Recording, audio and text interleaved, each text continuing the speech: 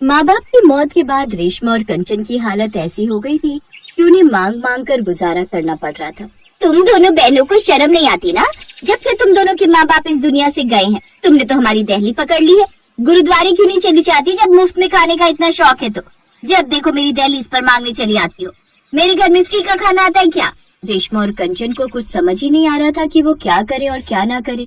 उनके माँ बापों को गुजरे हुए 2 महीने हो चुके थे। चलते चलते वो एक ढाबे पर जाती है जहाँ एक बूढ़ा काका होता है।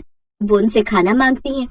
हाँ हाँ, आओ बच्चों, यहाँ आओ और बैठकर खाना खाओ। लेकिन काका, हमारे पास पैसे नहीं है और भूख भी बहुत तेज लगी है। हाँ हाँ काका, भूख जोरों की लगी है और इसके बदले आप चाहे तो हम आपके ढाबे पर सफाई और बर्तन धोने का काम कर देंगे। वो सब हम बाद में देखेंगे, पहले तुम दोनों बैठो और खाना खाओ। अच्छा ये बताओ, तुम दोनों कहाँ रहती हो? फिर दोनों बहनें अपनी दुख भरी कहानी काका को सुना देती हैं। ओह, बड़ा बुरा हुआ तुम्हारे साथ, लेकिन एक बात सुनो, तुम्हें आज के बाद इधर उधर भटकने की जरूरत नहीं। आज से तुम दोनों यहीं रहकर काम में मेरा हाथ बटाओ और यहीं रहकर भर पेट खाना खाओ। उस आदमी की बात सुनकर दोनों बहनें खुश हो जाती हैं और इसी तरह देखते देखते 5 महीने बीत गए। एक रोज काका की तबीयत खराब हो जाती है।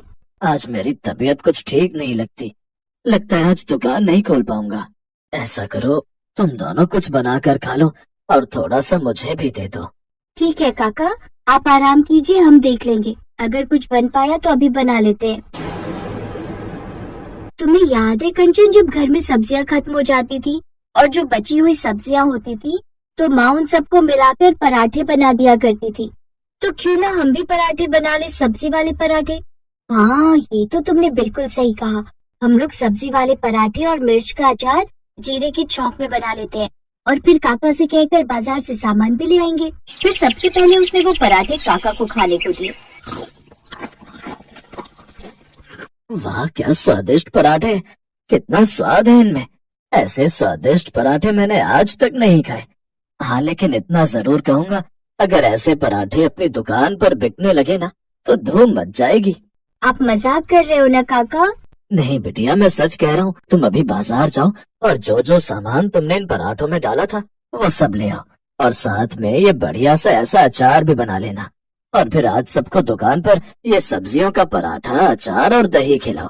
ये सुनकर दोनों बहनें खुश हो जाती हैं।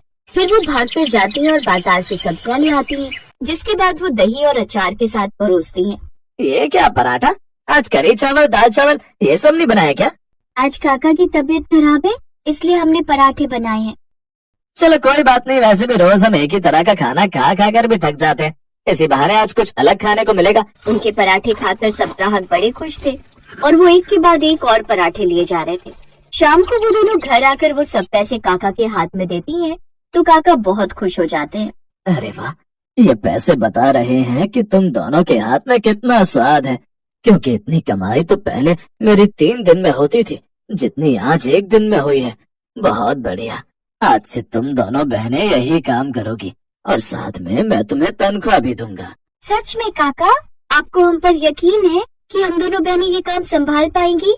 मेरे हाथ में रखे ये नोट ही ये बताने के लिए काफी है कि तुम दोनों के हाथों में कितना स्वाद है।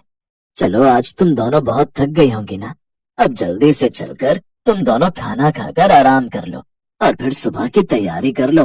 अब अगले दिन से दोनों बहनें सब्जियां उबाल कर उनके पराठे बनाना शुरू कर देती हैं। उनके हाथ की सब्जी के पराठे और अचार सबको बड़े पसंद आते हैं। अब उनका काम बहुत अच्छा चलने लगा। ऐसे 2 साल बीत जाते हैं। फिर काका का भी देहांत हो जाता है।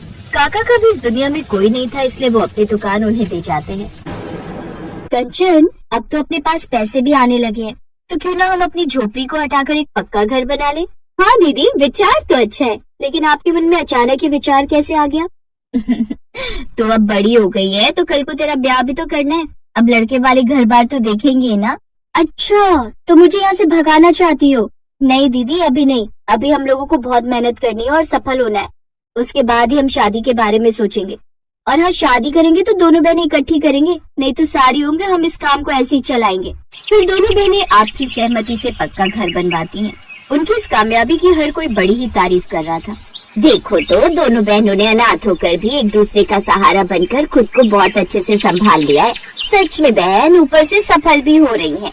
फिर कुछ दिन बाद दीदी, आजकल ये ऑनलाइन का सिस्टम चल पड़ा है। लोग ऑनलाइन ही खाना मंगवा लेते हैं। और आप वो लाल टी शर्ट वाले को देख रहे हो? आजकल लोग ऑनलाइन खाना बुक करवा लेते हैं और यही लोग उन तक पहुंचाते हैं। फिर नवीन नाम का एक लड़का जो वो उनकी सारी बातें सुन लेता है और उन्हें आकर इस काम के बारे में सब बताता है। देख लेना, तुम्हें इस काम में खूब फायदा होगा। बोलो, हाथ मिलाती हो? अब दोनों बहनें इस काम के लिए हाँ कर देती हैं। अब वो जल्दी ही बहुत कामयाब हो जाती है। फिर एक रोज नवीन उनके पास आया। मैं तुम दोनों के लिए एक बहुत ही अच्छी खबर लेकर आया हूँ। तुम दोनों बहनें बहुत अच्छा काम कर रही हो। तुम्हें पता है, तुम्हें हर बार 5 की रेटिंग मिलती है। तुम्हें पता है, तुम्हारे सब्जी वाले पराठे एक होटल के मालिक को बहुत पसंद आए और अब वो तुम्हें अपने होटल का कॉन्ट्रैक्ट देना चाहता है। क्या? सच में? लेकिन मेरी समझ में ये नहीं आ रहा कि तुम हमारे बारे में इतना क्यों सोच रहे हो? क्योंकि जब मुझे फायदा होता है तभी तो हमें भी फायदा होता है।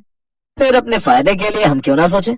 अब दोनों बहनों को होटल से भी ऑर्डर आने लगे, जिससे उनकी कमाई खूब अच्छी होने लगी। कुछ समय बाद उन्होंने 2 सगे भाइयों से शादी कर ली और शादी के बाद भी अपने काम को जारी रखा।